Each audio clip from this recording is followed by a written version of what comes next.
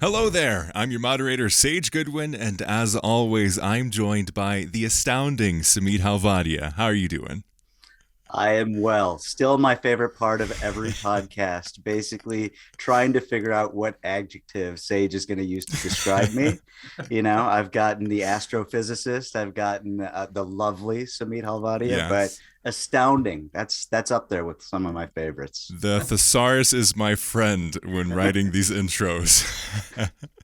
But we're also joined by Scott Manchester, who is the Director of Product Management of Azure Virtual Desktop and Windows 365 at Microsoft and has a wonderful experience in the space. And we're excited to talk all things nerdy today. How are you doing? I'm doing well. I'm feeling a little left out. I'm not having a great adjective lead in there. That comes at the end. We have a nickname for everybody at the end of the episode. All right. All right. I'm Yeah. looking forward to that. See I've how got, it a, goes. I've got a good one for you, Scott. We're slowly building out our our cast of the Avengers, the EUC Avengers, as we like to call it. There you go. That's a good one. Yeah. But today we're talking all things around Cloud PC and the Daz Revolution and getting into some of the things that automation can play in the evolution of technology, as well as education around legacy to modern and all the rabbit holes that will follow in the journey. So let's jump right in.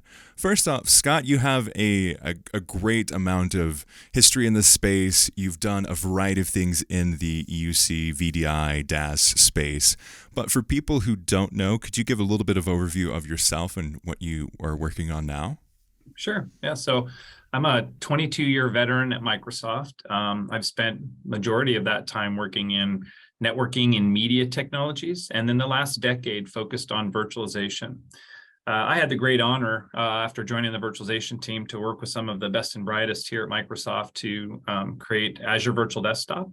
It was a really great innovation that took traditional VDI workloads and brought them to the cloud and took advantage of some of the new capabilities that we built along with the service offering, primarily the new Windows 10 multi-user. I led the acquisition of the FS Logic technology so that we now embedded that into the AVD experience now, so you can separate the user state from the OS images. And that's been a huge driver of making a more standardized way of separating out user profiles from the operating system, and then obviously working with Rimo3 and other partners to separate out the applications from the core images as well. After launching Azure Virtual Desktop, we'd been in market for about 6 months, and I got tapped to go develop something that was very secretive internally at Microsoft, which later became Windows 365, our cloud PC offering. And then most recently now we've brought those teams together. So now I'm the director of product management for Azure Virtual Desktop and Windows 365. It's really exciting we've been talking about it for a while, Scott, right? I've got my easy Daz It shirt for you, like now that I love it. we're talking to the actual godfather of Daz. Yes. That's kind of the nickname for Scott, right? And then we've got the little Nerdio and Rimo3 on the back. I'll make sure I bring one of those to Munich or to Cancun whenever I get to see you next. But the interesting thing that you just kind of alluded to is that you've brought Cloud VDI and Cloud PC together under your leadership. I mean, we've historically seen them as two very separate use cases, and when we would talk to our enterprise customers, right, there's really four basic things when you look at a migration. You've got your users, you've got your data, you've got your workspace and operating environment, and you've got your apps, if I were to oversimplify it, right? And Microsoft's done a good job with FS Logics and OneDrive to address a lot of the data and the user bits, right? What does it mean to customers now that the two groups are together, Cloud VDI and Cloud PC? It was historically seen as a which one do I do? It's an or question. Do you kind of see that becoming more of an and? There's use cases for both inside. That's exactly Yeah. the theme. In fact, I just got off a call with our unified GBB team, so the team representing both our AVD and Windows 365 global black belts, and that was exactly the theme of that discussion. They have both. They have both now. Yeah, Okay. we have the AVD GBBs are back now, Okay. and we have the Windows 365 GBB. So I met with that group this morning, and that was exactly the theme of the message was, and it's an and story. Really, that's the best opportunity we have now as a unified team So, your lead-in statement was 100% accurate. There are very clear use cases for the two technologies, and you certainly can stretch either one of them to cover many of the same ones, but you're going to find more value in better experiences, having the right product for the right scenario. But as you get into these large enterprise organizations, multinational organizations, where they have lots of different use cases for virtualization, you might find Windows 365 works for some segment of the organization because it's better suited for these personal desktop SaaS solution. And you might have other parts of the organization where a multi-session or a remote app scenario might be better suited, or perhaps even regionally where they're physically located, a technology might be better suited for one or the other. So realizing that both these products kind of sit in slightly different categories. They're in a virtualization category, but the subcategories of DaaS or Cloud PC and a subcategory of Cloud VDI, meaning that they are specialized for specific scenarios. And now that virtualization has kind of become mainstream for both large enterprises and business customers alike, you're starting to see where they're looking at the use cases in more breadth. And with that breadth of use case scenarios, it opens up the opportunity for a lot more like this is the best suited one for this scenario, and this is the best suited one for this scenario. And as a unified product team now, that gives us the opportunity to think about what's the best experience for an organization that does adopt both. How do we make that really seamless for them and get some value out of this? So, 1 + 1 = 3 in this example.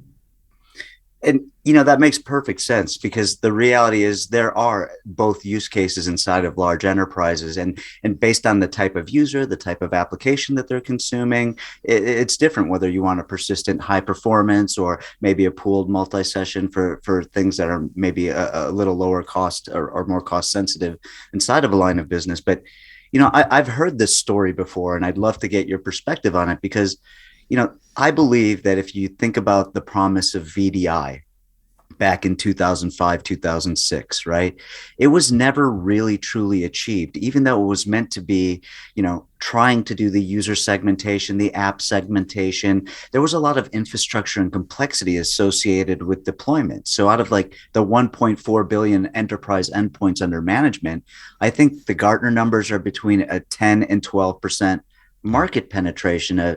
Maybe 140 to 200 million have actually adopted some digital transformation to VDI. What's going to make DaaS different, do you think? Or is it going to be different? Because people are saying it's going to be, by 2025, it'll have a 20% market penetration, which is way higher than VDI. Yeah, I'd say it is going to make a difference. Really, it was the whole rationale of creating our Cloud PC solution, Windows 365, was to open the market. Being it is a new category of computing that didn't exist when many customers made a decision to go down a solution, they may be revisiting those decisions now and saying, well, now that there's a new option available to me, maybe I should consider this maybe for this scenario or even a wholesale move. So there will be a little shifting, because prior to June 14th, 2021, people made decisions based about what was available in market. Right after June 14, 2021, when Satya, on stage at Inspire, declared a new category of computing for Microsoft, Cloud PC, with a capital C, meaning it's a defined term within Microsoft. So it means something very distinct from Cloud VDI and very distinct from VDI. You're going to see some now shuffling, especially since that was in the midst of COVID, and many organizations were just throwing whatever they could, technology together to get, their remote workers being productive.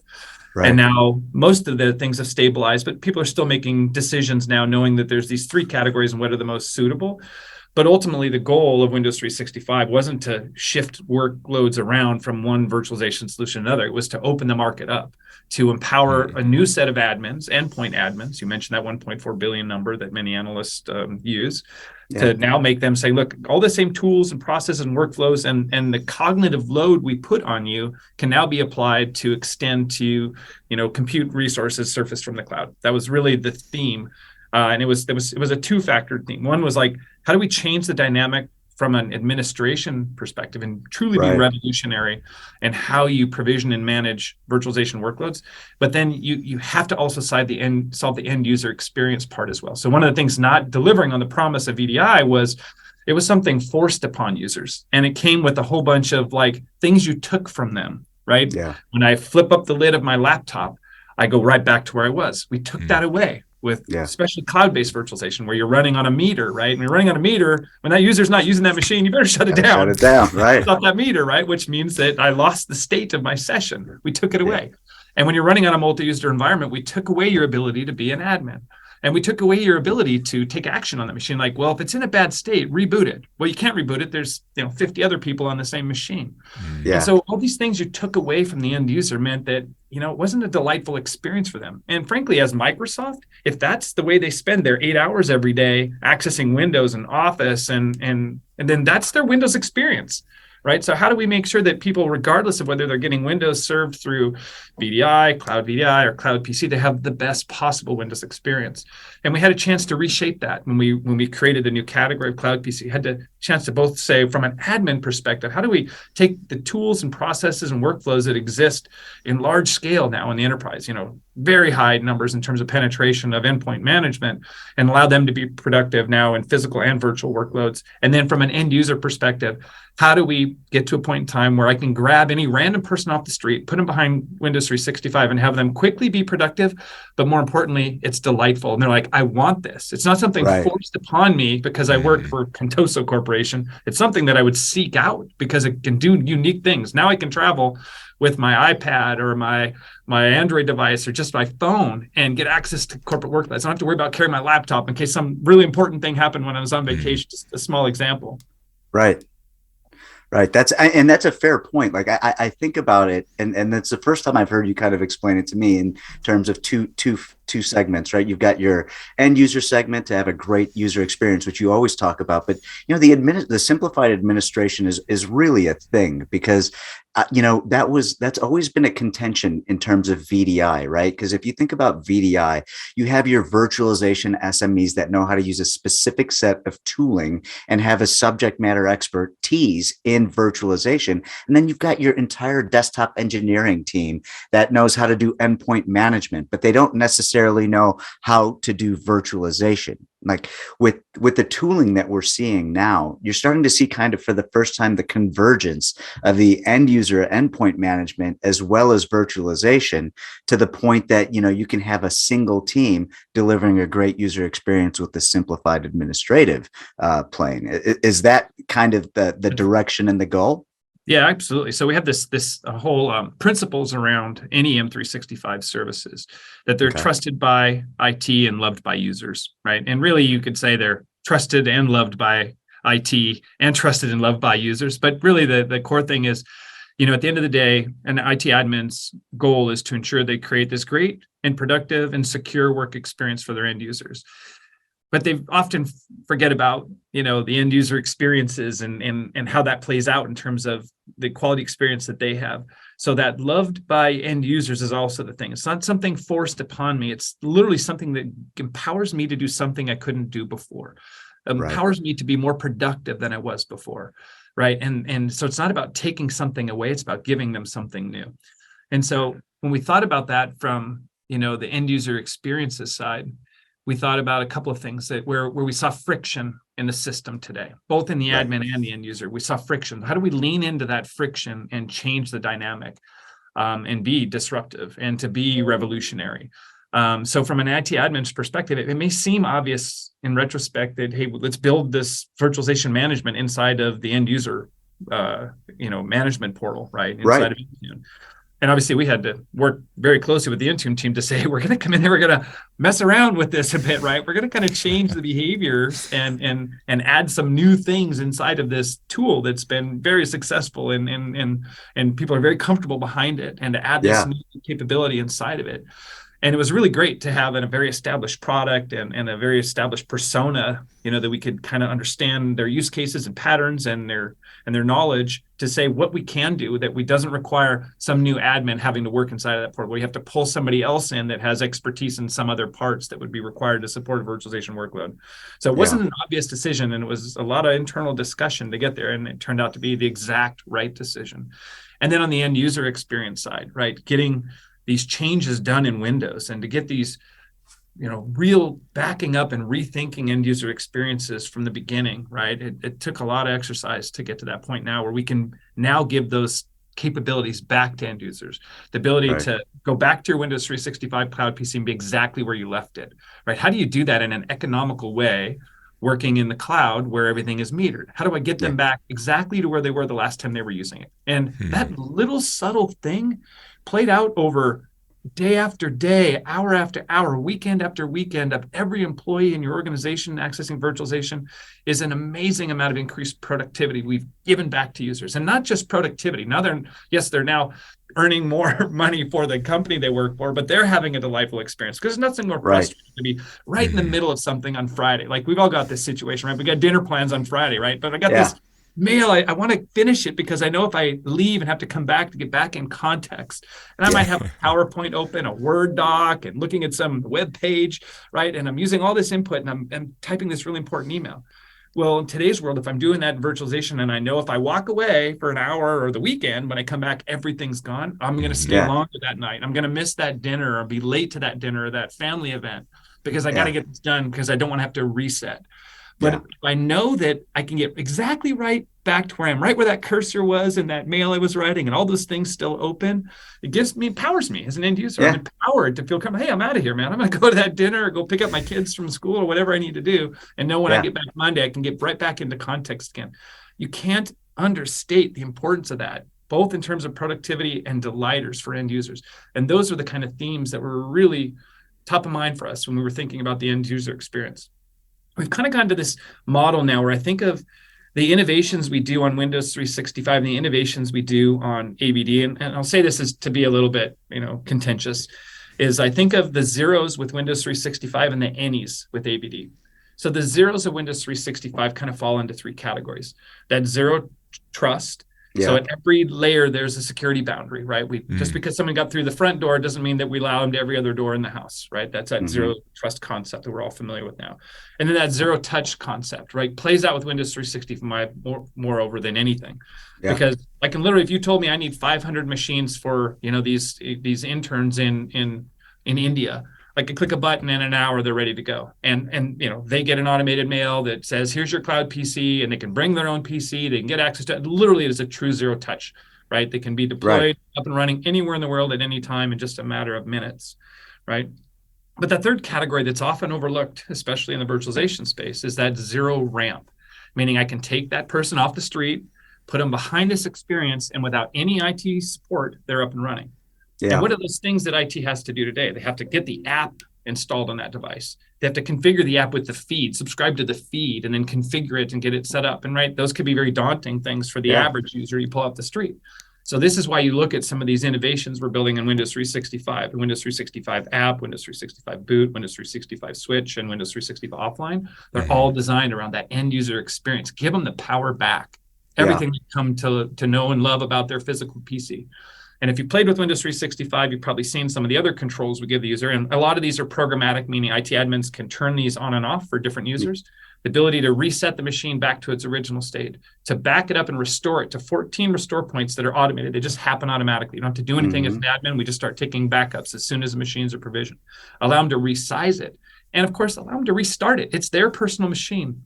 They don't need to call support to click the restart button and have that machine reboot, right? And no one else is on it, right? No one else is on it. And then there's the troubleshooters, the troubleshooting tools. Like before they pick up the phone when they can't connect, have them validate that the network that they're sitting on meets all the requirements. So we have a troubleshooter tool. You just click the button, it runs a battery test, and we'll tell you like, hey, everything on your network side is good. If you can't connect, yes, call IT. But and the many times that people are now in their home network, we're all probably connecting from different places right now. We're connected up to the internet via different service providers. We've got different routers and wireless access points and switches and such in our home. And as an IT admin trying to diagnose and troubleshoot every of one of the employees' network computers is a very daunting exercise. We've all done this for our family, right? We're most of us I'm tech support listening to this sure. podcast or on this call right now. We run IT, right? We run IT for our family. And the most difficult thing is when they're halfway across the country or halfway across the world and you're trying to walk them through finding their router and finding the reset button and resetting it. So again, helping that end user identify that the problem is here within your local network. You can go fix it yourself. Go reset your router, take those actions. And then from an IT support call, then it's half the calls don't even make it to their desk anymore. There's the half the tickets now because the end users are empowered to solve these things themselves. And it is empowering. I mean, it's actually a much better experience for a user to know they can go solve it on their own than to pick up the call and then ultimately have the help desk guy walk them over to go reset their router they could have done on their own. Mm-hmm. Yeah.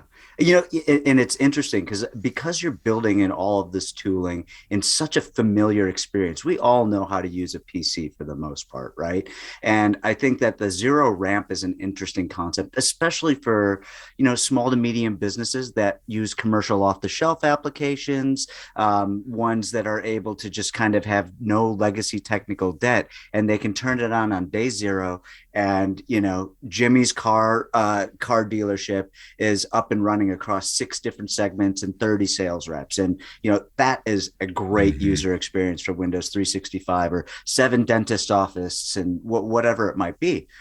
Now, what do you think about, because Cloud VDI exists for a reason, AVD exists for a reason. And, you talked about any, but the folks that already have this infrastructure, that have these homegrown applications that are business critical, right?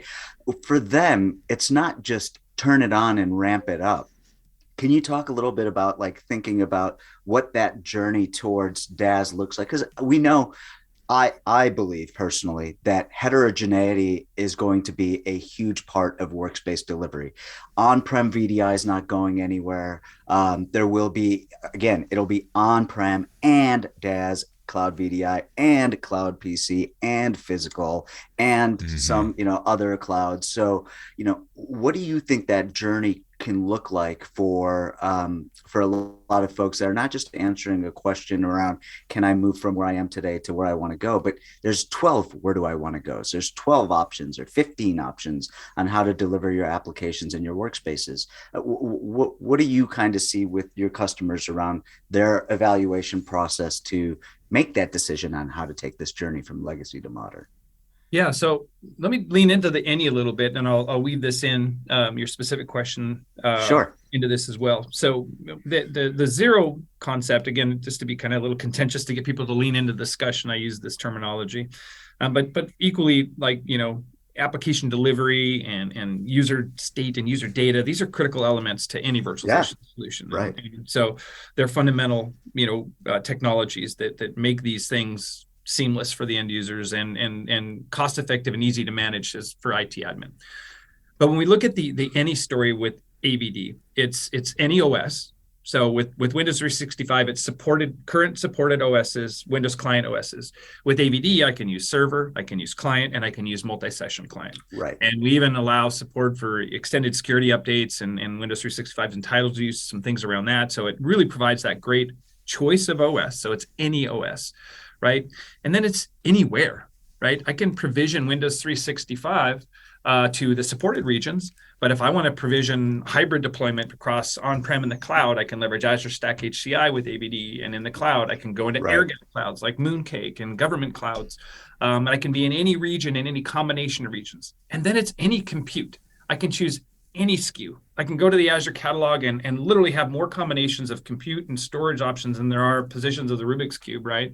It's literally billions of combinations. So anything I want. So if I have use cases that are very unique, like you provided some examples earlier, there's specific applications in my long history of corporate apps, and some of you probably know this more than anybody, right? That many of our large enterprise customers that use virtualization, some of them have tens of thousands of applications. Yeah. And those applications span apps that they might have written, WinForm apps they wrote decades ago. They might be more modern apps. But they've made huge investments in them, and they're still critical to their business. And they need those apps delivered to those end users. And sometimes the apps and the platforms that they run on and the architecture of the apps dictate how best that they're hosted and delivered to those end users. Should they be part of a full desktop offering because there's a whole bunch of other apps that are part of the connective tissue of that app? So it's better to host the full desktop. Do they run as an isolated app in a single window and really, go work very well in a remote app scenario? And do they work well in a multi-session environment? Do they run on Windows Client or Windows Server? All those things that you navigate around to determine the best way to host them. And I know you guys have some really great tools to help them identify where those apps will run best. And I think that helps in that decision tree alone. But that anything is really important to have. Like, however, much growth we'll continue to see in this SaaS offering in cloud PC as a SaaS solution, there is going to be a large number of customers that will need that flexibility. They'll need that any choice to allow them to deliver their apps and desktops in ways that best meet the needs of their organization and sometimes the requirements that those apps put on how they're hosted. Yeah. And I think that getting that type of data, or it can't be emotional. It has to be quantitative. It has to be driven by data. And that's one of the things that we've found, Scott, just from a Rimo3 perspective for us, I've been doing the app thing around application lifecycle management as it pertains to the enterprise space since 2002, 2003, maybe. And it's been a long 20 years of trying to solve this problem around how do I best deliver Windows applications to the end user to have a delightful user experience, right? Sometimes it's physical, sometimes after Softricity acquisition or after the Thinstall acquisition, and then there was app virtualization, app containerization. There's been a myriad of different ways, but what we've started finding out is that the only way to truly answer the question is by dynamically delivering and testing that application across all the permutations of formats and workspaces you want to deliver it to, whether it's on-prem or one of the billion options that you have with AVD, right? One of the billions of combinations that you want to deliver it in. And the role that kind of technology plays is an interesting one here because, one of the reasons that I always have such a good time whenever we have a round of golf or have some dinner or just a technology conversation. Maybe a bourbon or two. But is that you always kind of come to something come at a problem with a very specific lens, focus on solving it in a more innovative way as opposed to the way it's always been done, right? Legacy migrations for applications have always been done by GSIs. You throw bodies at the problem, cheap resources, and then you pound it and pound it and pound it and hope that you get a consistent, outcome and the migration happens. But that's not always the case, right? I took this approach with Rimo3 to build a platform that will allow us to automate with a consistent process and answer a myriad of different questions, right? And when we talk about kind of Foosball, for instance, right? I don't know if everybody knows this, but Scott is a big Foosball enthusiast. And one of the things that kind of resonated with me is when we were in your garage and you were whipping me and showing me some moves on how to play. Ultimately, I'm like, well, how did you get so good so fast? And that's where you kind of told me that anecdote, and I'll let you tell it to the rest of the listeners. But people have been training Foosball the exact same way for the entirety of its duration, which is just reps against other players or trying the same move over and over. But you got really good really quickly by taking a slightly different approach, right? And it's technology focused. Do you want to share, some thoughts around that? I'll geek out on Foosball for a moment. Okay.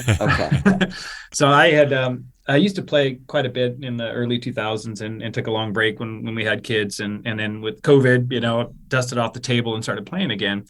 And I went out and played in some local tournaments and realized that I had not kept up my skills with the rest of the world. So I took a lesson from one of the world champions. If you're into Foosball at all, Tony Sprademan was his name, who normally would be out playing in the tour, but during COVID, he, his primary occupation is playing Foosball, so he took to doing online lessons. Private lessons. Lessons from him, and he showed me a way of setting up, setting a situational kind of drill where you set some Foosballs on the table to help block lanes to force you to have to pass some more accurate passing.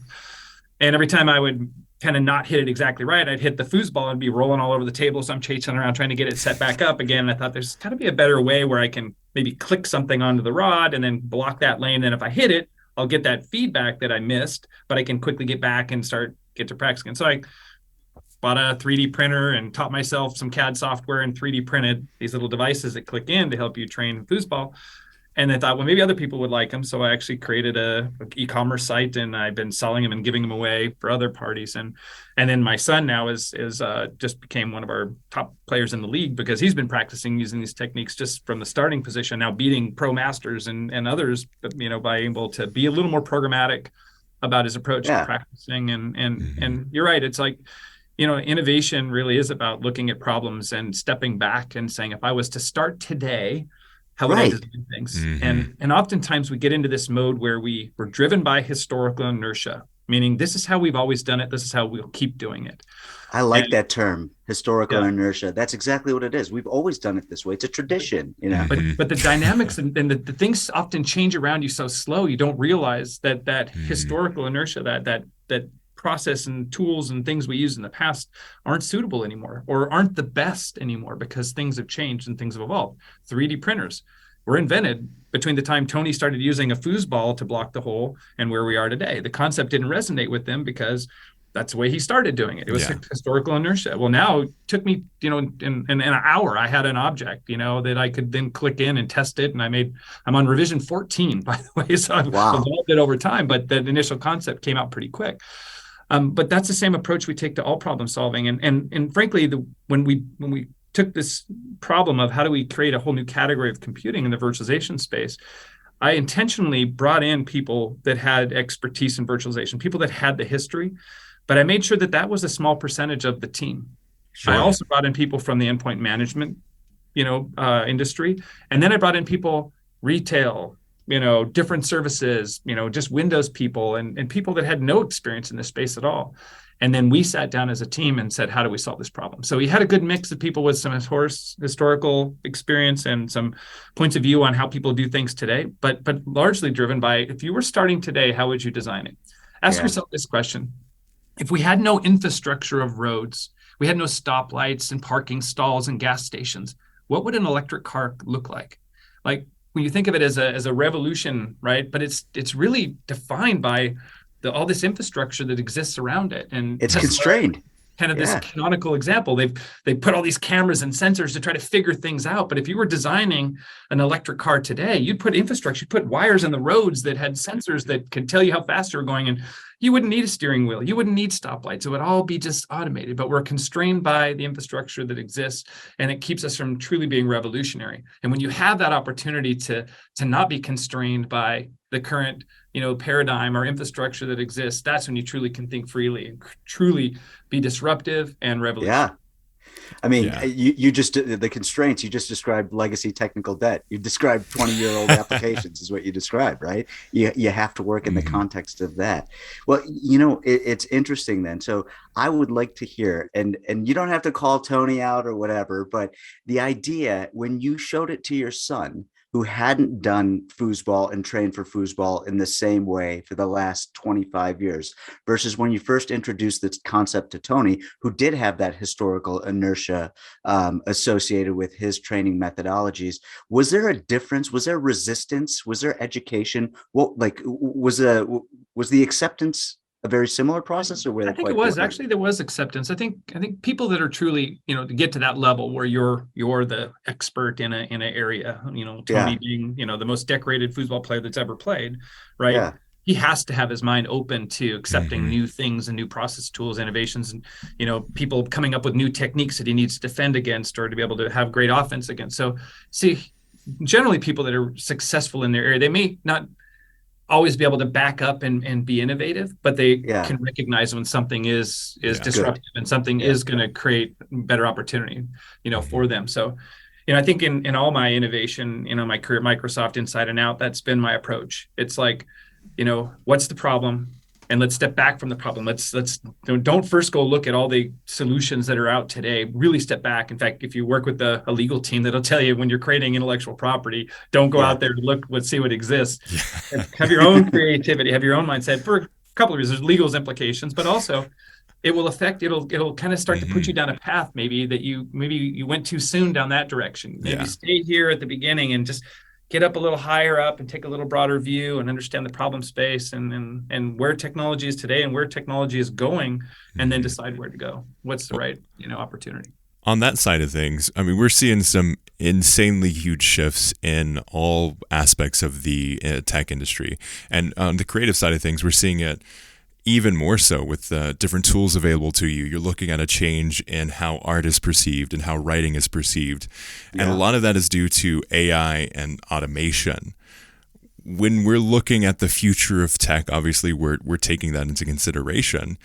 But where are we now in that space when it comes to automation, and where do you think that we're going? Yeah, what a great question at a time like this, Sage, where there's so much disruption going on with AI. Mm-hmm. Like I was probably slightly late to the game with like Chat GPT, for instance. It's terrifying. But I tell you, I've been about the last couple of weeks, I've been really deep, working with it. In fact, my presentations and many of the things I'm sharing with you come from a dialogue I'm having with Chat GPT. It's like unbelievable. Oh, right. Wow. So I can train it the way, like I have 3 active sessions going on with it, 3 personas where I've had different conversations. And if I ask the same question to the 3 personas, I'll get 3 different answers because they're derived based on the previous context that we've had in the previous conversation. So I've had a context like this whole auto thing, right? A lot of the insights I've shared are because of chats I've had with this AI engine in the back end, right? I think it was one of my technology friends that was answering these questions. Like it feels to me like it's some human who knows me, who's literally responding to these things. Good old Chad. It's just a great example of how AI and automation can change everything we do, right? Think about the papers college kids are going to write going forward and the way that people write code. I know one of my developers says he does code reviews. He sends the code in and sends it to ChatGPT and it does code analysis, right? Or you just tell it the problem you want to solve and it'll give you the code. It's just unbelievable. And automation and AI kind of go together, right? What drives good automation is good intelligence that can make informed decisions about things, right? So these 2 things are just connected at the hip.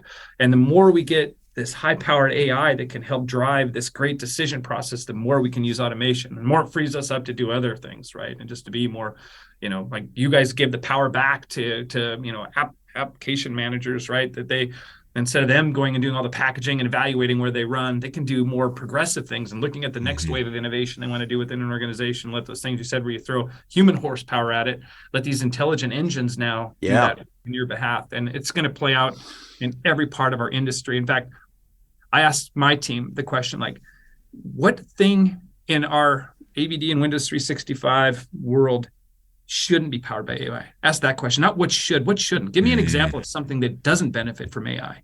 And that's the starting point. In fact, in our spec templates and everything, it's like, we'll have an AI entry. What's the AI around this feature? And if you can't think of one, you probably need to go back and think a little longer because there's got to be some amount of intelligence that can apply to make everything we do better.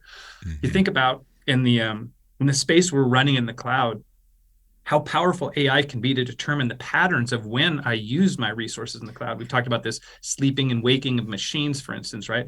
So we ran a little, we built this little AI model. So we took some ML and been tracking the usage patterns of our team and how they use their virtualization. I can predict with 95% accuracy when exactly you're going to log in on a given day and when you're going to be done on a given day, because those patterns are there. We may not see them with our human eye and we might detect them ourselves, but you play it out over enough time with enough individuals, these patterns start to show up. And these ML, you train all those patterns to these machine learning, and then you can create some very powerful AI that can do some amazing things. We've started using, I'm not as clever as you, Scott, so I don't have 3 personas. I only have the one, but I do have an open dialogue going with Chat GPT because you're 100% right. I mean, you said it pretty succinctly. Good automation is dependent on good AI, and those things go hand in hand, right?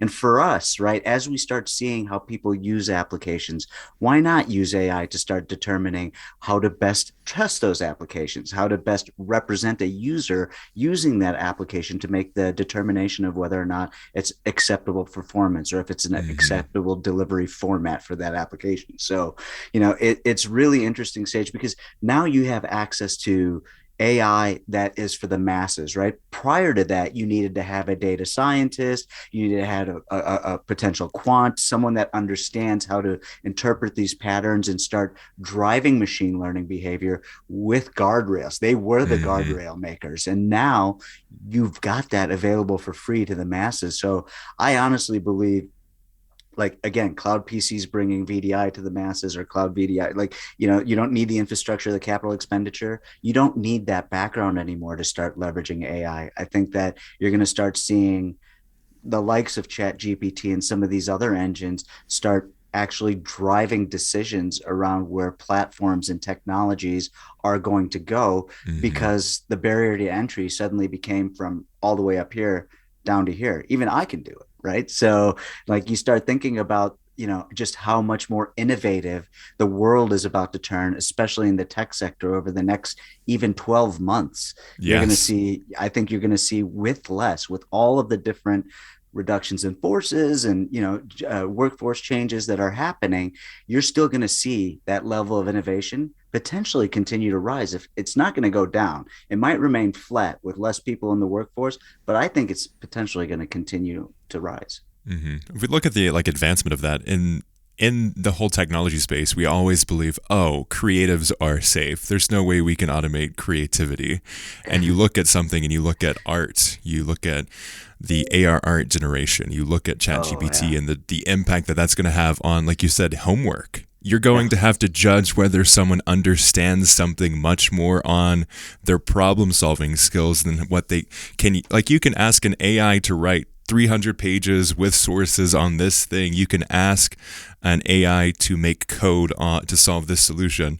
Obviously, you're still going to have to review that, but that gives you such a massive foundation there.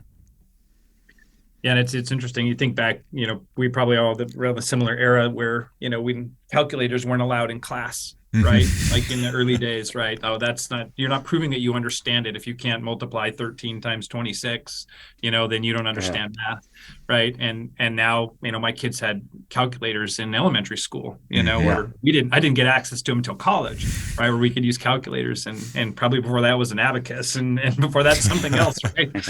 And you think about now all these schools saying, we're not going to allow papers being written by ChatGPT, and they've got these algorithms they can try to detect if it's been written by some AI engine. And I think that'll change also, right? Yeah. If you know the right questions to ask, and the right information to feed the AI, then the output of it, whether you wrote them yourself or you helped use this tool to write them, it'll be interesting to see how that evolves over time. But ultimately in the workplace, right, anytime you can use automation to help you be more productive, and frankly, work yourself out of the job you're doing today, not to work yourself out of your job per se, but what you're doing today to allow you to do things that are more productive, to give your time back to be more, step back and think about where you can have even more impact, and letting automation do some of the things that we do today and just keep moving the needle about how much you can spend on forward-looking things versus, these task-based things that can better suited with AI and ML type models. And that's exactly it, right? I mean, if you think about from an educational perspective, there'll be a slightly different evolution. I saw a report on where professors from Northern Iowa University in Northern Iowa came to the conclusion that we can't fight this, right? There's no reason. We have to change the assignments. It's not about writing an essay anymore. It's about leveraging critical thinking to solve a slightly different problem or to articulate, so, and that's great, because what that does, the best response I've seen to this problem. I think you're exactly right. It's amazing, because it's a small university, and they've just created kind of a consortium to say, we've been, just because, the historical inertia, bringing it back to that, just because we've always written papers and essays and communicated this way, doesn't mean that that's the way that we have to keep doing it. So the fact is, there will always be the people that are resistant to innovation because they fear it, and they fear that it's going to replace them. But, embracing it, and through education and through a variety of different ways of implementing it, is really kind of the only way that you can move forward, because otherwise you will be irrelevant as we move forward, right? It's that growth mindset. Yeah, very good. It definitely is. To tie this conversation to end, when we look at the Daz Revolution, such a fun title. What does that entail from a partner and organization perspective? You say we've always said VDI is the future, it's coming next, and this is the future, it's coming next. And I think we're finally to that moment where adoption has reached that scale of people are really understanding that. But what does that actually look like? Yeah, it is a little bit of that same dynamic playing out, right? If your job function is to be an IT admin for traditional VDI, and sort of the value you bring to an organization is your ability to build out these virtualization workloads. Right now that things are moving more towards DaaS, desktop as a service, and SaaS-based solutions like Windows 365 that offer cloud PC, where a lot of these things are just done on your behalf. Right. So there's a little bit of this like, well, what's my role now? Right. So you have to evolve in the same way we're talking about how these schools are evolving and how technology is evolving and how all these things are evolving over time to see where you can bring some unique value. And resistance is going to be futile, right? Bringing in this Star Wars theme here. That's right. Right. Because at the end of the day, you're just going to become irrelevant. You have to adapt as these technologies evolve and find those places where you can bring new value to an organization when the things that you've been doing can be better done through automation and AI and provided as a SaaS solution, and move to that next layer where you can provide value. And look, the do more with less theme is playing out, across the world today as we're having a little bit of economic back pressure, right? And so figuring out what you can do more, with less, is going to be critical. It's not just about buying hardware or paying for services that do more with less. It's about how you can find ways of providing more value as well. So it's an interesting time for us with all of the things happening around us in the world that are driving technological innovation. It's phenomenal. Just think back 2 years ago, 3 years ago, how far we've come, forced to do this because of the changes and things driven by COVID and other external factors to put us where we are. So, paying attention, taking a step back, giving yourself that time to see these patterns that you may not otherwise see, right? We talked about that, how AI detects these patterns. That's really the fundamental principle of AI is detecting patterns we can't see. Well, sometimes that's our own evolution, right? We need to learn to be able to see these patterns and to give ourselves that time to step back and look at the problems and how things are happening around us to do it. Just like the way we see how powerful this can be when you do this at scale through automation. And I think, you think about the concept of this partner ecosystem. This is the first time, and we've been doing this for a long time. And, there's always kind of ebbs and flows in the technology landscape as it pertains to EUC. But this is kind of the first time that I've seen a partner ecosystem, both from a technology and alliances perspective, as well as from a partner and delivery perspective, people that are running managed services and creating offerings that are so excited about the potential of a DaaS revolution, right? Whether it's management planes or whether it's something like us, an automation engine that's going to help you with your journey from legacy to modern, or whether it's a partner that's able to actually do some delivery and managed services and help you with ITSM and change management. All of these players are kind of coming together for the first time with the same kind of goal in mind to help users be successful on this relatively new technology stack. And a lot of it's driven off of not manpower like it historically has been. It's driven off of technology, and it's driven off of automation, which to me is, as excited as I can be about what the future of this space. Definitely. Finally, closing this off, I have two very important questions. One, which is your favorite Star Wars movie? And two, who's your favorite Star Wars character? I have to say it'll be the first one. It was actually, we talked about this a little bit before we started this. It was my very first movie. Was it episode 3? I forget what the first one was in the series of episodes. A New Hope. 5. Just when you watched it was just Star Wars. Yeah. I had no idea that there would be episodes before. I hoped for episodes after, but It was interesting the way the story unfolded with different storylines, and frankly, what Disney's done amazingly, all these little forked storylines has been really impressive. So I'm learning more about the character development in some of these shows, right? A little bit of the Boba Fett backstory and even Yoda backstory, and some of these things that are playing out where. It's going to be a little harder to declare your favorite when you learn a little bit more about them. But I'd stick with maybe Han Solo, kind of like the little bit of the rebel, character he played there, So I think he definitely added a lot to that movie and then those series. So I'll stick with Han Solo for now. Yeah, he's good. A New Hope is my favorite as well. It's we got started with the originals. Did you start them in order, Sage? Did you start them with 3, or did you go So we watched a New Hope, Okay. Empire Strikes Back, Return of the Jedi. That's what we knew as Star Wars growing up, and then we got into the prequels later. Thank goodness. I appreciate those originals so much. Yeah. And then stuff with like Andor has just, oh man. If you've not watched Andor, interesting. I'm about halfway through that. That's a great example where the character development has gotten a lot more deep, and maybe Andor might become a favorite character. Who knows? At the end of that, I was like, okay, Luke Skywalker has always been my favorite, but maybe Andor is. Yeah. It's hard to determine a favorite, but I don't think it's that hard to determine a least favorite. Yeah, I think everybody has.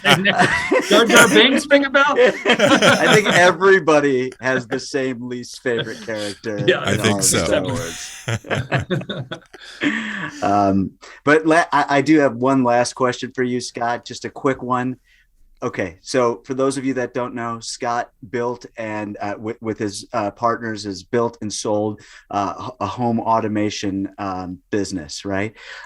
What was your favorite project that you'd ever worked on? And this is early, before Crestron and before what is it, Control 4, before those days. So yeah, I was very fortunate that I translated my experience in PCs and my EE degree into doing innovation in the home automation space, working for one of the co-founders of Microsoft, Paul Allen. So I was his IT and home automation guy for a few years while I was finishing up my degree. And then a few years after that, that led to me creating my own company and building out home automation products. But I got to work on a couple of projects for him. They were, no budget at all, no constraint. And I got to work on his first big motor yacht and spent a couple of years in Holland working with the builders there. That's why I know a handful of Dutch words. So whenever I get around my Dutch friends, I can cuss at them and order a beer and ask them what time it is. But I spent some time in Holland working on automating his motor yacht. And I think that was probably one of those one in a lifetime kind of things, and had a really unique experience there. So that one was a really fun one. Oh, that's awesome. That's incredible. Yeah. That's awesome. Well, thank you so much for taking the time today. I believe, was it the Godfather of It's DaaS? the Godfather of DaaS. It's that simple. I mean, Christian, he's the Dutchman of DaaS, but the Godfather of DaaS is sitting in front of us here. Yes. Thank you so much for taking the time with us. This was a great discussion. Thank you, guys. Really great. Rimo3 fully automates pre-production compatibility testing, package modernization, and migration of your Windows application estate. From migration to maintenance, Rimo3's intelligent unattended automation eliminates the need for scripting, specific expertise, or complex configuration. Your apps, your workspace, our priority.